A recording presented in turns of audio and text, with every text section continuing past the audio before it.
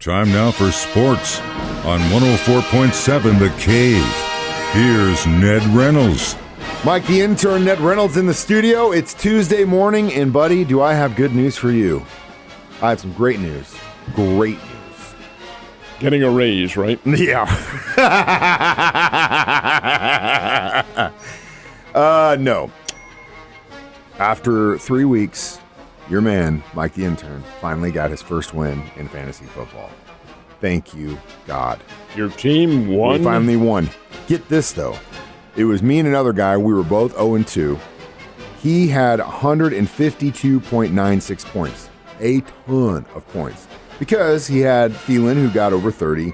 And Pacheco did pretty good. Z Flowers did good. And he also started Kelsey. But he had the Bills defense who scored 33 points. It's a lot. That's your biggie. I scored 156 points because finally Jamar Chase balled out and got me 26. I also started Mostert from Miami, who got me almost 50, and Kenny Walker from Seattle. So finally did it. But it really sucks. I feel bad for him because he's 0-3, but he had literally the number 2 highest score in the league against me. Are you going to tell your audience that the guy you beat was me? No, I'm not going to. I can't. I'm full disclosure, audience. I've tried to get Ned in this league, but if the man says no, the man says no, and you don't bring it up again. Lost too much on the others. He's still trying to make up his money in the other place.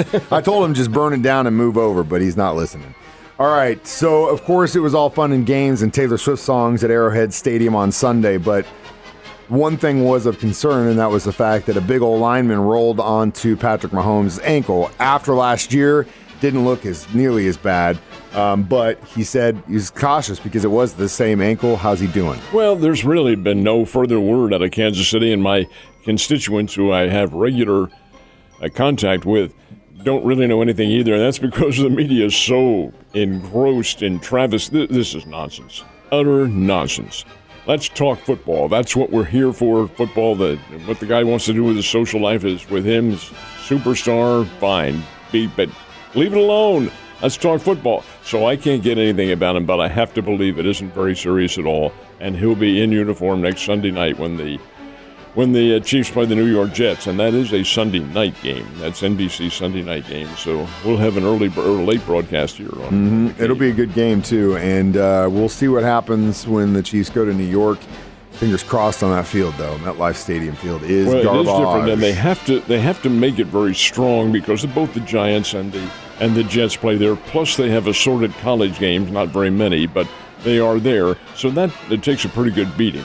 Nonetheless, the turf probably will be a problem. It always has been for other teams. It's not a serious one, I don't believe. But the Jets, they're the ones who have me worried. They're not that bad a team. No, they don't have a leader right now. But they're not all that bad. That's the type of team that give the Chiefs some problems. Yeah, but I'm telling you right now, one of the most dangerous things is a good offense with an even better defense. And if the Kansas City Chiefs can knock into a top 5 defense with Patrick Mahomes leading the offense, watch out, league. All right, we already kind of talked about last night, but yes, the Bengals did get their first win of the season. Is that 1916, right? And it was their defense that won it over the Los Angeles Rams. I don't understand the Rams' offense at all. It's just not perking. It hasn't. They do have some injury problems, but so does everybody else. The Rams, a bit of a disappointment. Bengals get their first win of the year, but the Philadelphia Eagles is playing the Tampa Bay Bucks. Tampa Bay is a pretty good football team, folks. Philadelphia shut them down. Philadelphia's offensive line is really huge, and they opened up the lines for a guy named Swift. This is a guy named Swift, not a gal. And DeAndre Swift, who's pretty doggone good, really made the most of it, and so did Jalen Hurts. He was accurate through the air, and Philadelphia wins 25-11. The Bengals-Rams game was 19-16. Cincinnati got the win. And it was a little rain last night in Florida. They get rain. Florida. Yeah. It always rains. Yeah. Well, yeah, no. So it seemed to me like the idea was going to be a low score and keep it on the ground as much as possible game, and that's exactly the way it played out. All right. So now that golf has kind of moved towards a team sport for the next week, that means the Ryder Cup is coming up. When do those matches start? It is a big, big deal. They happen every 2 years, and it alternates between Europe and the United States. It used to be a number of years ago. In fact, this is how it started, the USA versus England. That was the way it always was, and it was such total domination. The USA pros just winning every other year. So now they've changed it to the USA versus Europe, the European All-Stars. So as a consequence, and I don't mean that in a negative fashion, the matches are being played at different locales, not just in England, not just in Spain or France. This time it goes to Italy, just outside Rome at the Marco Simone Golf Club, which is really a very plush circumstance for the golfers. Anyway, it all begins on Friday, the USA versus Europe. It's Friday, Saturday, and Sunday, and on Friday the first matches are at 1:30 a.m.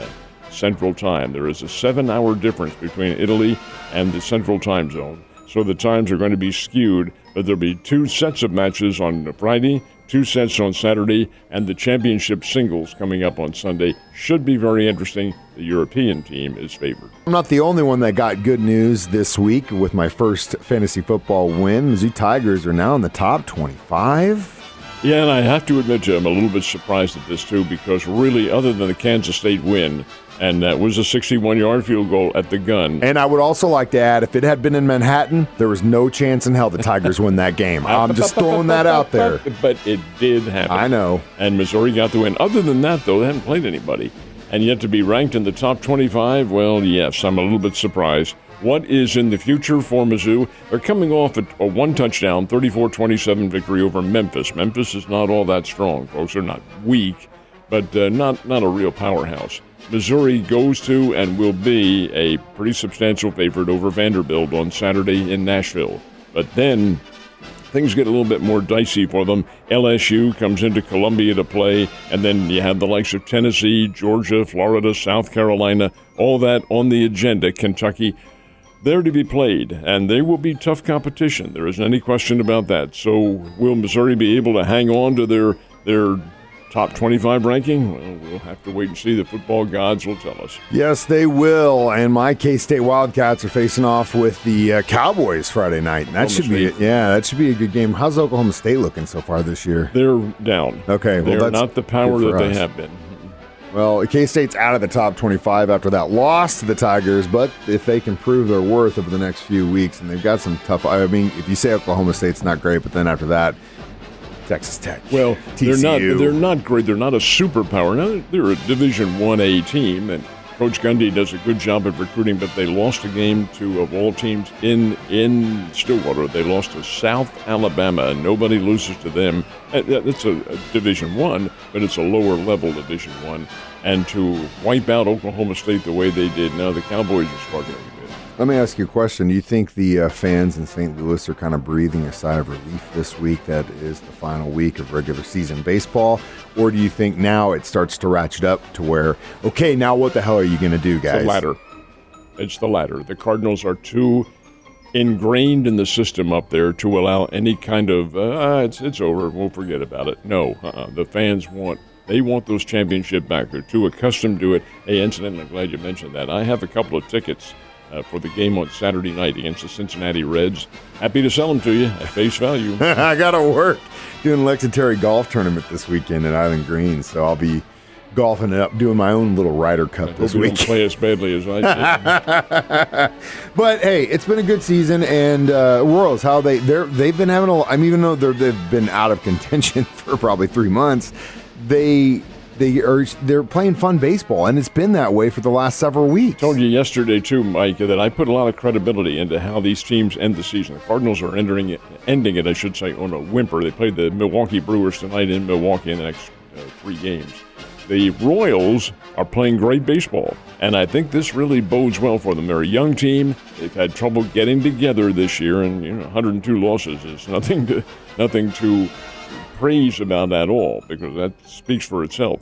But they have played winning baseball the last 10 games. They're 9-1, 9 wins, 1 loss, swept the Houston Astros. This is a team that's capable, and now that they are together, and I hope the ownership and management keeps them together for over the winter, I think they'll put on a much better show in 2024. Yeah, I hope they can too. They've definitely been playing a lot more fun baseball. I know you're ingrained in the Springfield Sports Hall of Fame. When's the day for that celebration? It is 1 week from tonight, next Tuesday. And it is a very big deal, folks. It's a charity event. We're a 501c3.